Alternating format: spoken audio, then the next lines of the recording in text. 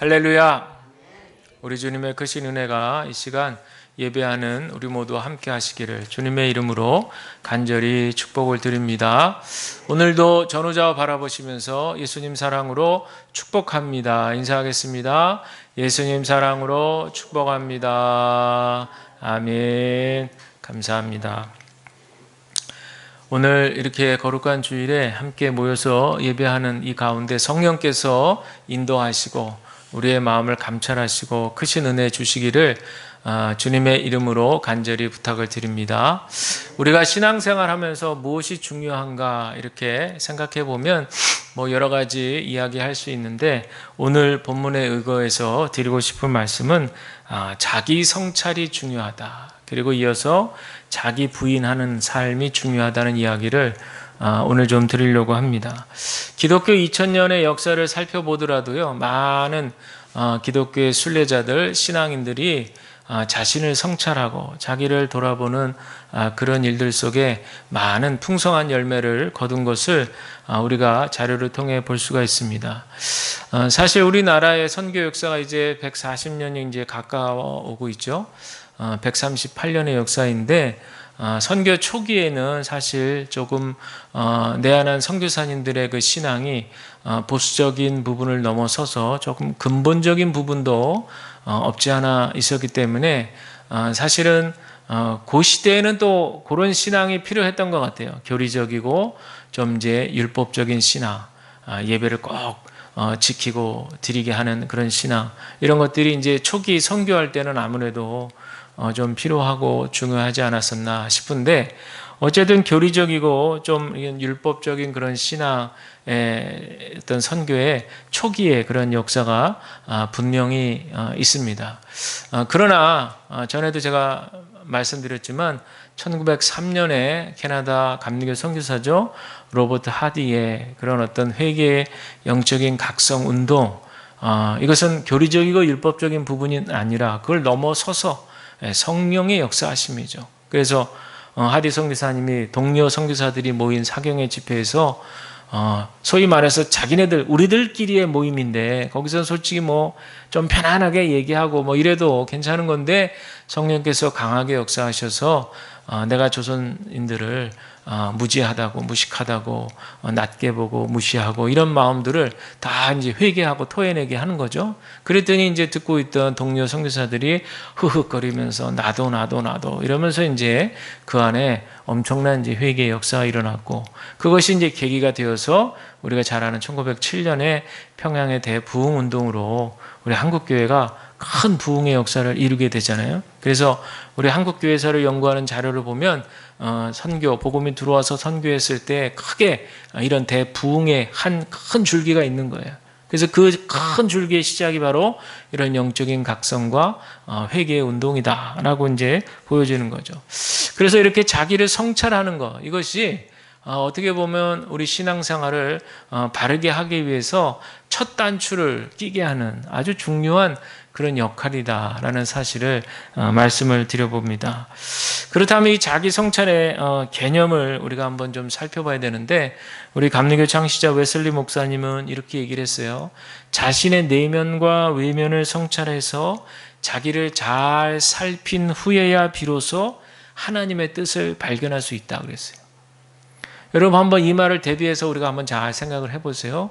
우리가 기도할 때라든지 우리가 급하고 간구해야 될 내용이 있어서 하나님을 정말 붙들고 간절한 마음으로 간구하고 기도하죠.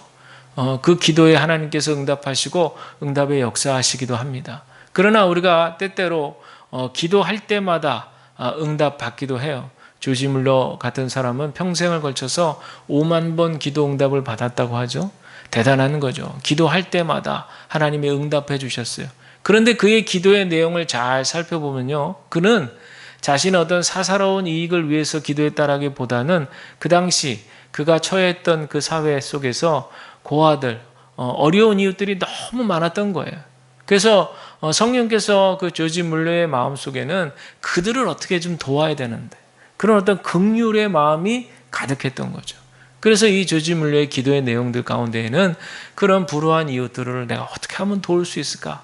그러려면 이제 물질이 투여가 돼야 되고 해야 되는데 이제 자기 안에서는 한계가 있으니까 그것들을 채우기 위해서 기도했는데 기도하는 족족 응답이 되는 거죠. 자, 제가 왜 이 얘기를 장황하게 말씀드린지 여러분 느끼셔야 돼요. 우리의 기도가 물론 우리의 어려운 문제를 가지고 해결하기 위해서도 반드시 하나님께 간구하고 기도해야 됩니다만은 중요한 것은 내 자신을 깊이 있게 성찰하는 작업이 필요하다는 거예요. 결국에는 하나님의 뜻을 구한다. 우리가 보통 기도하면 하나님의 뜻을 구한다 그러는데 하나님의 뜻을 구한다는 말과 동시에 나의 내면을 깊이 있게 성찰하는 과정, 이것도 함께 동일시할 수 있다는 사실을 여러분들 기억해 보시기를 바랍니다. 그런데 우리는 이제 기도하면 기도응답이 바로바로 이루어져야 되니까 때때로 기도응답이 이루어지지 않으면 굉장히 더디다 이렇게 생각할 수가 있어요.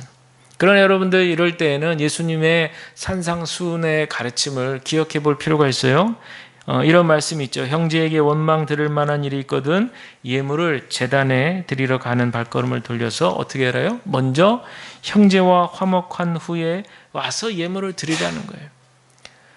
예배당에 거룩한 마음을 가지고 예배 드리러 가는데 뭔가 마음에 찔리는 그런 일들이 생각이 났으면 그 문제, 특별히 사람과의 관계 속에서 찔리는 문제가 있으면 그 문제부터 해결을 하라, 그런 얘기죠.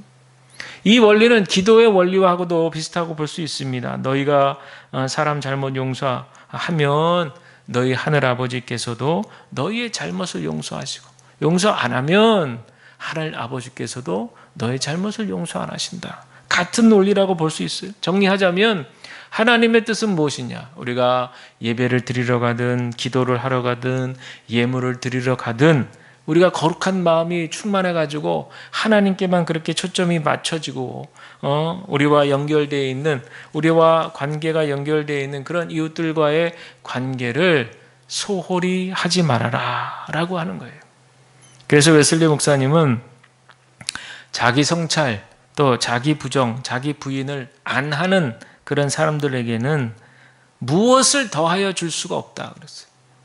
거기에는 무엇을 보태줄 수가 없고 또 그런 사람은 영적인 성장이 일어나지 않고 어떤 누군가가 그 사람을 도와준다 할지언정 더 한 걸음을 전진해 나가기가 어렵다. 이렇게 이야기를 했습니다. 오늘 본문의 말씀 한번 여러분 기억해 보세요. 지난주에 여러분들 본문이 혹시 기억나실까요? 베드로가 은혜로운 신앙 고백을 했어요. 주는 그리스도시요 살아계신 하나님의 아들이십니다. 얼마나 은혜롭고 감격스러운 그런 장면이에요. 그런데 오늘 보니까, 오늘 내용이 보니까 연이어서 나오는 내용인데 완전히 정반대의 내용이 나온다는 것을 여러분 볼 수 있죠. 이거는 그저 반대 정도가 아니라 적대적인 그런 상황이다라는 것을 알 수 있습니다. 왜 이렇게 되었어요? 예수님께서 처음으로 제자들 앞에서 이제 당신께서 십자가의 순환을 받고 이제 죽임을 당하게 된 그 십자가 사역에 대한 말씀을 제자들에게 하게 되었는데 여기에 대한 베드로의 반응이 깜짝 놀라게 한 거죠.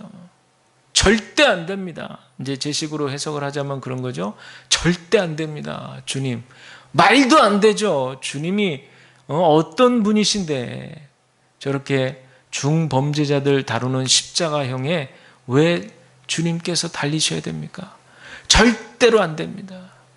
그러나 베드로의 이 말 속에는 물론 주님을 생각하는 마음이 왜 없었겠어요? 그러나 우리가 잘 아는 대로 베드로의 마음속에는 어떤 자신에 대한 영화와 영달을 꿈꾸는 그런 마음이 있다는 사실을 우리는 분명히 알 수 있습니다. 베드로가 누구예요? 예수님의 수제자 오른팔 아니에요? 세상적으로 얘기하면 뭔가 영광과 영화를 꿈꿀 수 있는 이인자다라고 하는 거예요. 그 예수님께서 이 땅을 구원하실 메시아라면 당시에 자신들에게 핍박하는 대상, 주체가 어디예요? 로마 정부잖아요. 로마가 전 세계를 휩쓸고 그렇게 자기 식대로 통치하고 있는데 저 보기 싫은 저 로마를 완전히 깨트려 부숴주시고 진짜 속 시원하게 부숴주시고 그리고 주님께서 다 로마 황제가 앉는 그 자리에 앉아주시고, 그리고 저는 그 오른편에, 사랑하는 요한은 그 왼편에 앉히시든지, 그렇게 해서 뭔가 다 폼나게, 그렇잖아요. 폼나게 좀 뭔가 천지가 개벽할 그날을 꿈꾸는 인물이 누구예요? 베드로예요, 베드로. 그런데 지금 난데없이 하늘이 무너지는 소리를 들은 거잖아요. 예수님이 그 당시 중죄인들 처리하는 십자가형에 달려 죽으실 것이다. 그리고 사흘 만에 다시 살아날 것이다. 이런 이해하지 못할 그런 소리를 들으니 베드로가 워낙 성품이 다혈기질이잖아요. 욱한 거죠. 그래가지고 그냥 예수님 앞에 탁 가로막고 말이죠. 안 됩니다. 안 됩니다. 이렇게 하는 거예요. 그런데 재미있는 건 예수님의 반응이시죠. 23절에 보니까 뭐라고 얘기합니까? 우리 23절 말씀을 우리 한번 같이 한번 읽어보겠습니다. 시작. 예수께서 돌이키시며 베드로에게 이르시되 사탄아 내 뒤로 물러가라. 너는 나를 넘어지게 하는 자로다. 내가 하나님의 일을 생각하지 아니하고 도리어 사람의 일을 생각하는도다 하시고 아멘 그랬습니다. 여러분 지난주에 본문에는 예수님이 베드로에게 뭐라 그래요? 너는 반석이라 그랬어요. 바위라, 반석이라, 흔들리지 않는 반석. 그런데 지금은 뭐라 그래요? 베드로에게 사탄아! 물론 베드로 자신에게 했다라기보다도 베드로에게 끼어있는 사탄아 물러가라지만 어쨌든 동일시하는 거죠. 사탄아! 이렇게 얘기합니다. 예수님이 변덕스러워서 이렇게 얘기하시는 걸까요? 그 앞전에 본문에서는 은혜스러워서 반석이다 그러시고 지금은 이 사탄아! 예수님의 마음이 변덕스러워서 그러신 걸까요? 그런 것이 아니죠. 분명히 베드로의 앞서 말씀드렸던 야망적인 본심을 예수님은 다 아시기 때문에 이렇게 말씀하세요. 여러분 우리도 은혜 받았을 때 생각해 보세요. 정말 은혜 받았을 때 얼마나 마음이 기쁘고 평안하고 즐겁습니까? 얼마나 감사해요. 그런데 뭔가 일상생활에서 우리의 약점이라든지 우리의 아킬레스건이 콱 찝히고 걸리게 됐을 때 그때 우리가 시험 들잖아요. 사단의 공략을 여러분 아셔야 돼요. 사단의 공략은 우리의 약점을 건드리는 거예요. 우리의 아킬레스건을 건드려요. 너 이게 약점이잖아. 딱 보고 있다가 사단이 그 부분을 콱 건드리는 겁니다. 우리 모두는 다 연약한 존재이기 때문에 다 마음에 한두 가지씩 약점을 가지고 있잖아요.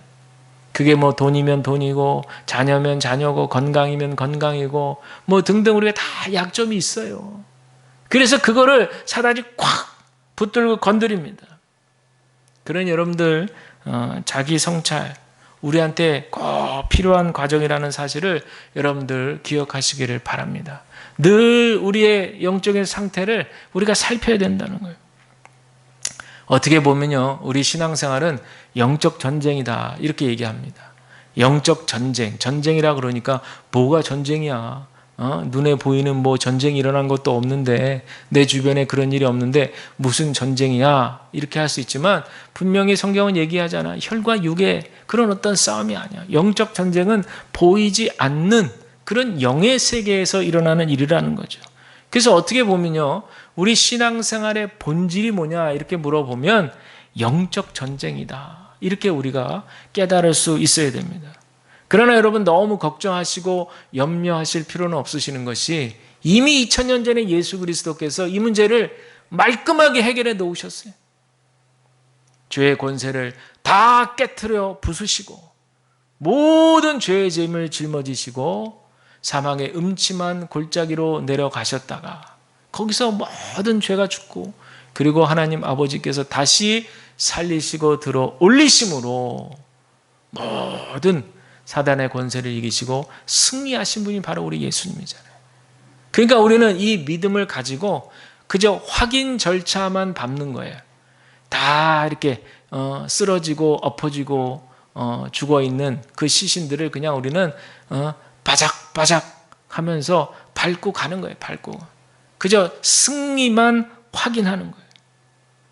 바로 이 과정이 지금도 우리의 영적 전쟁 가운데서 다 이겨놓은 승리의 결과를 우리는 되짚어서 과정 가운데에서 이겨나가는 싸움이다 라고 하는 이런 믿음을 우리에게 가져야 될 줄로 믿습니다. 그래서 웨슬리 목사님의 그 모친이 수산나 웨슬리인데, 이분이 자녀를 신앙교육 어릴 때부터 굉장히 유명하죠. 자녀 교육을 엄격하게 경건하게 그렇게 시키는 일로 굉장히 유명한데, 자녀들에게 하루에 3번씩은 꼭 자기 자신을 한번 되돌아봐라, 자기 자신을 꼭 성찰하라, 이렇게 했다고 그래요. 그러면서 그 내용은 뭐냐면 내가 지금 위치하고 있는 이 현실의 자리, 내가 지금 어디에 서 있는가, 그리고 내가 지금 무엇을 하고 있는가. 우리가 막 정신없이 막 바쁘게 그냥 왔다리 갔다리 하면서 땀은 흘리고 에너지는 쏟는데 지금 내가 뭐 하고 있지? 우리 그럴 때가 있잖아요. 그러니까 한번 늘 매일마다 내가 지금 무엇하며 살고 있는지를 한번 돌이켜보고, 그리고 내가 방향 어디로 가고 있나, 어디로 가겠나. 그래서 그것들을 늘 하루에 3번씩 확인하고 또 확인하면서 내가 주님이 인도하시는 그 길대로 최선을 다해서 가고 있는지를 아예 어릴 때부터 그렇게 확인하도록 그렇게 자녀 교육과 양육을 했다고 그래요. 그러니까 여러분들 웨슬리 목사님 같은 경우는 어릴 때부터 이제 성경을 읽잖아요. 성경을 읽는 시간이, 또 기도하는 시간이 자기 자신을 돌아보는 그런 시간이었대요. 그래서 가령 예를 들면 우리가 이제 성경을 읽기도 하고 필사도 하고 그렇잖아요. 그러면 그냥 성경을 쭉쭉쭉쭉 빨리빨리 읽고 통독해야지, 빨리 신구약 성경 한번 빨리 떼야지. 사실 그러고 나면 무슨 내용이지, 그냥 머리만 띵하고 그냥 생각이 잘 안 나요. 근데 이제 이분이 쓰는 방법은 뭐냐면 읽다가 멈추기를 자주 멈추는 거예요. 이 말씀, 이 한 단어가 다 마음에 와닿아. 즉 레마의 말씀이죠. 그러면 그 잠시 멈춰서 그 말씀을 가지고 자신을 성찰하는 시간을 갖는 거예요. 생각하는 거죠. 그렇구나. 하나님께서 원하시는 말씀은 지금 이렇게 말씀하고 있는데 지금 내 모습은 어떤가. 이러면서 느껴지는 대로, 성령께서 마음에 찔러주시는 대로, 깨달아 주시는 대로 우리는 그때마다 멈춰서서 자기 자신을 성찰하는 그런 시간이 필요하다는 거예요. 그래서 자기 성찰은요, 다른 말로 하면 마당, 정원을 가꾸는 일이라고 비유했어요. 마당에 잡초도 뽑고, 그리고 벌레도 잡고 말이죠. 그리고 꽃나무들도 잘 키우는 그런 과정이, 그게 바로 자신을 성찰하는 과정이라고 그랬어요. 또 자기 성찰하는 과정은요, 거울을 닦는 거라고 그랬어요. 거울이 뿌옇고 더러우면 바깥의 아름다운 세상이 잘 보이질 않는 거거든요. 그런데 날마다 창문을 닫고 거울을 깨끗하게 하면 항상 그 거울을 통해서 바깥을 볼 수 있도록 그렇게 된다는 거죠. 따라서 우리가 늘 말씀과 기도라고 하는 거울을 통해서 우리의 내면을 환하게 비추게 하는 거예요. 그러면 그냥 우리 안에 먼지 또 여러 가지 치우지 않는 그런 쓰레기들, 죄의 흔적들, 이런 것들이 막 다 보이는 거예요. 아이쿠, 평소에는 몰라요. 평소에는 잘 몰라.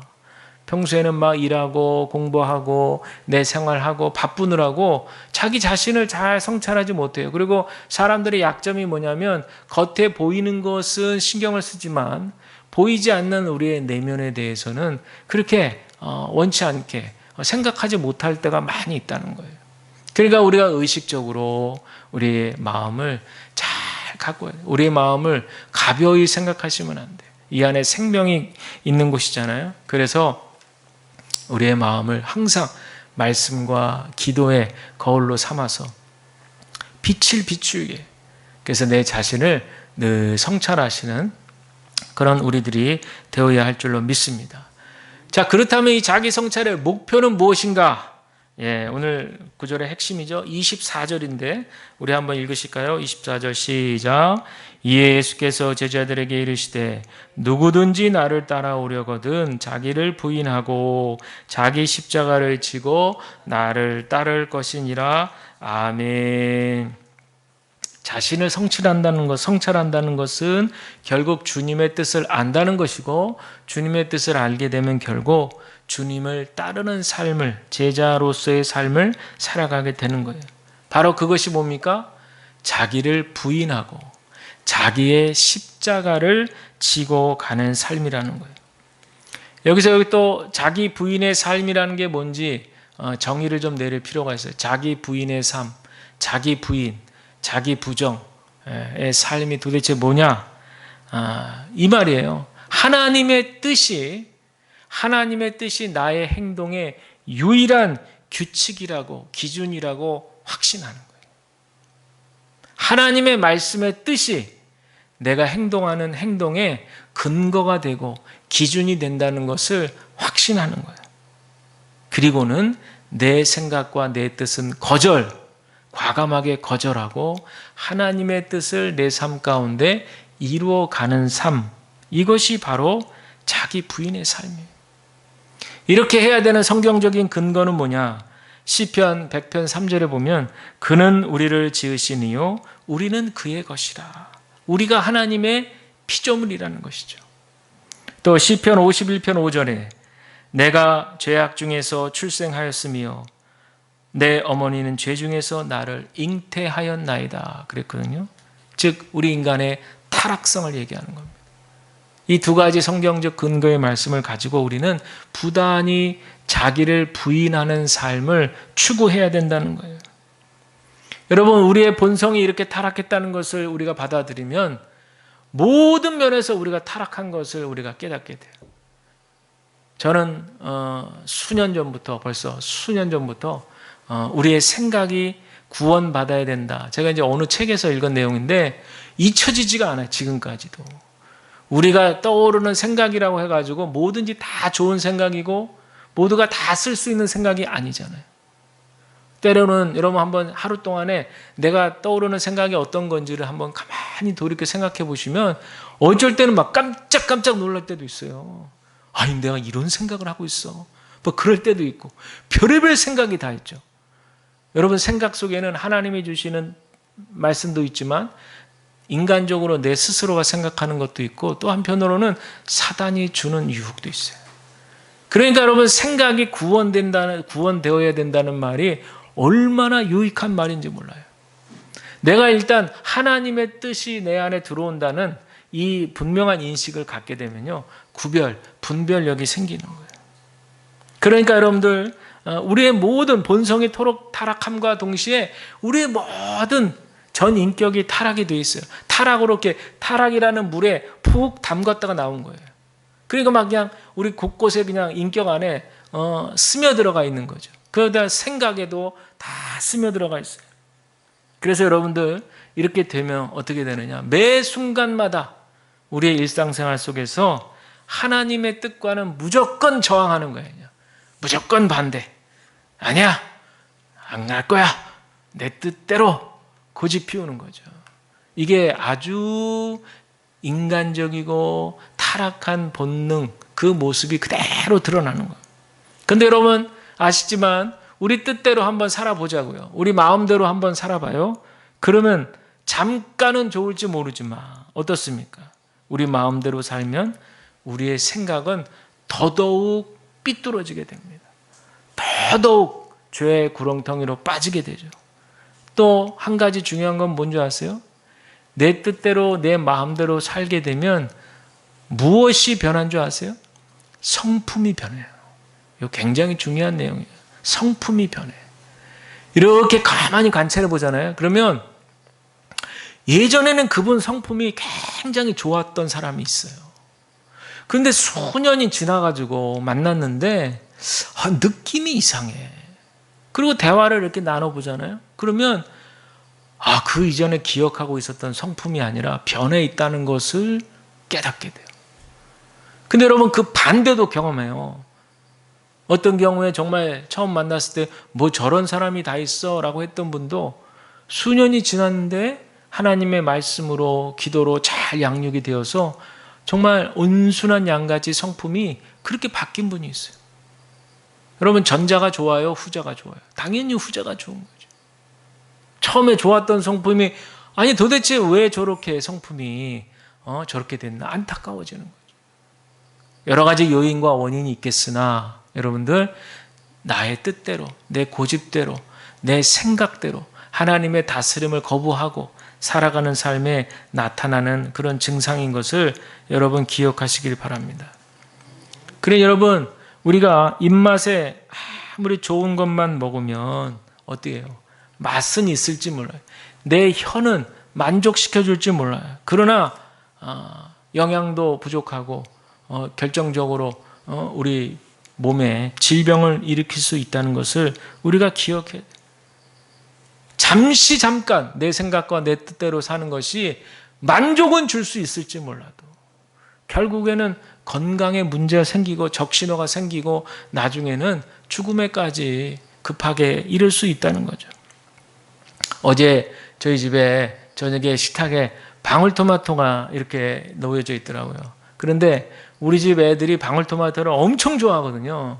그래서 뭐 이렇게 방울토마토가 있으면 나만 하질 않아요, 솔직히. 그래서 저는 그렇게 또 방울토마토 뭐 많이 자주 이렇게 찾지는 않는 편인데, 어제는 이제 식탁에 있으니까 웬일인가 그래서 제가 이렇게 한두 개를 집어 먹었는데, 제가 하도 오래간만에 먹었기도 하고 그래서 그런가 어쩐가 했는데 딱 씹었는데 너무 맛있는 거예요. 토마토 맛이. 전에 토마토 맛하고 좀 이렇게 다른 거예요. 전에 토마토 이렇게 먹으면 밭에서 탁 재배한 그 어떤 야생의 맛이 있잖아요, 토마토가. 근데 어제는 딱 먹었는데 한 입 베어 물었는데 달짝지근한 거예요. 단 거예요. 그래서 아니 이상하다. 왜 이렇게 토마토가 달고 맛있나? 그래가지고 계속 막 이렇게 몇 개를 집어 먹었어요. 그러고 나서 제가 토마토 되게 달고 맛있다. 그랬더니 그 토마토가 테이블에 이렇게 남아 있었던 이유가 있었어요. 그건 뭐냐? 많이 토마토를 평소에 먹어봤던 우리 식구들은 딱 베어 물던 이거는 뭔가 이상하다. 왜냐하면 뭔가 이게 첨가물이라든지 뭔가 이런 게 섞이지 않고서는 토마토 본연의 맛이 아니다. 이렇게들 판단을 한 거예요. 저는 이제 오래간만에 먹으니까 그러거나 말거나 그 단 유혹에 넘어간 거죠. 그때 우리 아내가 옆에서 그러더라고요. 요즘에 그렇게 재배하는 토마토 중에 그렇게 일부러 뭔가를 이렇게 섞어가지고 그렇게 첨가해서 그렇게 해서 파는 그런 토마토들이 있더라. 그 얘기를 딱 듣는데 제가 다 느껴지는 거예요. 그래서 제가 얘기했어. 내일 설교에 얘기한다. 그렇게 얘기하면서 딱 깨달아지는 게 그렇구나.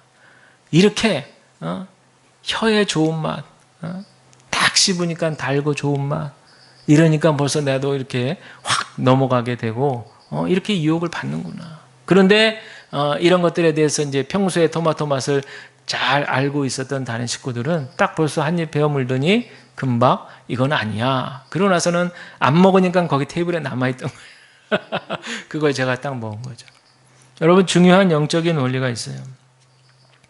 우리 입맛에 좋다고 해서 우리가 육감적으로 기분 좋다고 해서 감각적으로 좋다고 해서 우리가 하고 싶은 일 우리가 내가 이렇게 하니까 또 이런 성취감도 있고 좋아 뭐 이렇게도 우리가 살아갈 수 있겠지만 그것이 건강에 특별히 영적인 건강에 좋지 않을 수 있다는 사실을 우리가 기억해야 될 줄로 믿습니다. 그래서 우리 자기 자신을 부인한다라고 하는 것은 나의 뜻, 나의 생각을 계속해서 거절하는 거예요. 그리고는 그 거절한 자리에 하나님의 뜻을 채워 넣으려고 애를 쓰는 거예요. 이 말은 하나님을 기쁘시게 해드리려고 우리가 노력하고 애를 쓰는 것이에요. 그래서 이 자기 부정을 통해서 자기 부인을 통해서 하나님께서 기뻐하시지 않는 것들을 다 내칠 수 있어야 돼요. 아무리 겉보기에 화려하고 멋있을지라도 따르지 않는 거예요. 내 입맛에 너무 좋다고 하지만 건강에 좋지 않는 것이라면 먹지 않는 거예요. 여러분 이것이 바로 자기 자신을 우리 자신을 부인하는 삶이에요. 자 그렇다면 이제 결론적으로 이렇게 자기 부인의 삶을 살게 되면 우리는 어떤 지향점, 우리의 실천은 어떤 지향점인가? 그것은 바로 자기의 십자가를 지고 예수를 따르는 거예요. 그럼 여기서 십자가가 뭔지 여러분들 개념을 이해하셔야겠죠. 십자가는 내가 하고 싶은 것을 반대하는 거예요.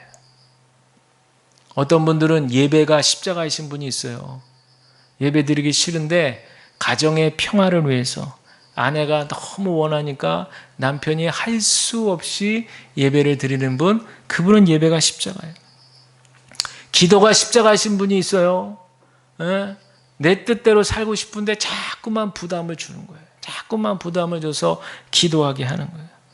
헌금이 십자가인 분이 있어요. 헌금. 부담스러운 거예요.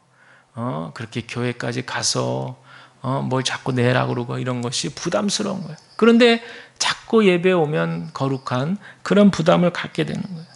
봉사가 십자가이신 분이 있고요. 가족 구원이 십자가일 수도 있어요. 그리고 남을 용서하는 것, 타인을 용서하는 것이 십자가일 수 있어요. 그런데 예수님 분명히 말씀하시기를 자기의 십자가를 짊어지고 나를 따르라는 거예요. 그냥 쫄래쫄래 예수님 쫓으면 되는 게 아니라 자기의 십자가가 있다는 거예요. 여러분들도 여러분들만의 십자가가 있으실 것인데 그 십자가를 짊어지시고 그리고 예수님을 따르게 되시기를 간절히 축복을 드립니다. 여러분, 십자가를 짊어지고 따른다는 것은 잘 해석하셔야 되는 것이 견디는 것하고는 다른 문제예요. 견디는 것. 우리가 보통 견뎌, 고통을 견뎌, 고난을 견뎌 이런 말 많이 하잖아요. 그러나 여기서 자기 십자가를 지고 예수님을 따르라 할 때 진다는 말은 막 견딘다는 뜻이 아니고 기쁜 마음으로 지는 거예요. 가령 이런 말이 있어요. 돌짝밭 사역이라는 말이 있거든요. 돌짝밭. 돌짝밭에는 씨를 뿌려도 잘 자라고 열매를 맺기가 어렵잖아요. 그러나 그런 돌짝밭에도 하나님의 말씀이 떨어질 수 있다는 거예요. 그래서 이 말의 뜻은 남들이 하기 싫은 일, 하기 싫은 사역 이런 것들, 어려운 형편에 있는 교회, 저기는 아무도 맡을 것 같지 않는 그런 환경이라든지 상황. 그런데 하나님께서 감동을 주셔가지고 기꺼이 제가 하겠습니다. 스스로 하겠습니다. 그래서 그 사명을 맡는 경우. 우리 봉사할 때도 어떤 분들 이렇게 가만히 보면, 제가 전에 있을 때도 보면 교회 대청소한다 그러면 와서 이렇게 하는 걸 이렇게 보면은 이렇게 쉬운 일만 골라서 하시는 분도 있어요. 보면 막 그렇게 모양은 많이 내는데 가만 보면 땀은 덜 흘려. 그런 분이 있고, 어떤 분들은 정말 막 남들 하기 싫은 일까지 구석구석 이렇게 찾아서 또 하시는 분이 있어요. 우리 목회자들 세계에서도요, 이런 게 있어요. 그래가지고 저도 옛날에 부목사 할 때도 누군가는 맡아야 되는 거야. 근데 다들 싫어해. 왜냐하면 다들 각자 자기가 하는 일들이 있고, 그런데 담임 목사님께서 이 일을 꼭 했으면 좋겠는데 누가 좀 담당이 됐으면 하는데 아무도 하려고 하지 않을 때, 그럴 때 제가 하겠습니다. 이러는 거예요. 이러는 거. 이게 바로 자기 십자가를 기쁘게 지는 거예요. 할 수 없어가지고 저 일도 많고 시간도 없고 뭐 이러는데 끌탕하면서 그렇게 맞는 게 아니라 제가 하겠습니다. 제가 할 수 있습니다. 이렇게 먼저 선포하고 그 일을 순종하고 감당하는 거. 이게 바로 여러분들 자기 십자가를 기쁜 마음으로 짊어지는 거예요. 오늘 말씀을 정리하면서 여러분들 자기 십자가를 지는 삶은요, 결국에는 하나님께서 우리를 축복의 그릇으로 빚어가는 과정인 것을 깨달으시면 좋겠습니다. 진흙이 토기장이 손에서 마음껏 주물럭거려서 거기서 뭔가 작품이 나오는 것처럼 우리 스스로가 하나님의 손에 붙들려 있다는 여러분들 그 사실을 기억하시고, 하나님께서 나를 어떻게 빚으시든 간에 하나님이 토기장이시니까 하나님께서 내 인생을 책임지실 거야. 그리고 이 과정이 지나고 나면 하나님께서 분명히 마련하신 축복의 그런 열매가 풍성히 열릴 거야 라고 하는 이런 믿음이 우리들 가운데 필요할 줄로 믿습니다. 결론을 말씀을 드립니다. 우리는 일상에서 우리의 마음과 생각을 두루두루 살피고 성찰하는 시간을 반드시 가지셔야 될 줄로 믿습니다. 말씀과 기도의 빛을 비추셔서 내가 교만하거나 분노하고 있지는 않는가? 정욕과 아집에 빠져 있지는 않는가? 영적인 태만과 완고함 속에 있지는 않는가? 항상 말씀과 기도의 빛으로 우리 자신을 성찰하시기를 바랍니다. 두 번째는 그렇게 해서 우리가 회개하게 되었을 때 거기에 합당한 열매를 맺으라는 거예요. 적극적으로 악은 버리고 또 선을 실천하기 위해서 애를 쓰는 거예요. 그렇게 되면 우리의 목표가 날마다 거룩해져가는 성화의 삶을 우리 삶의 목표로 추구하게 될 줄로 믿습니다.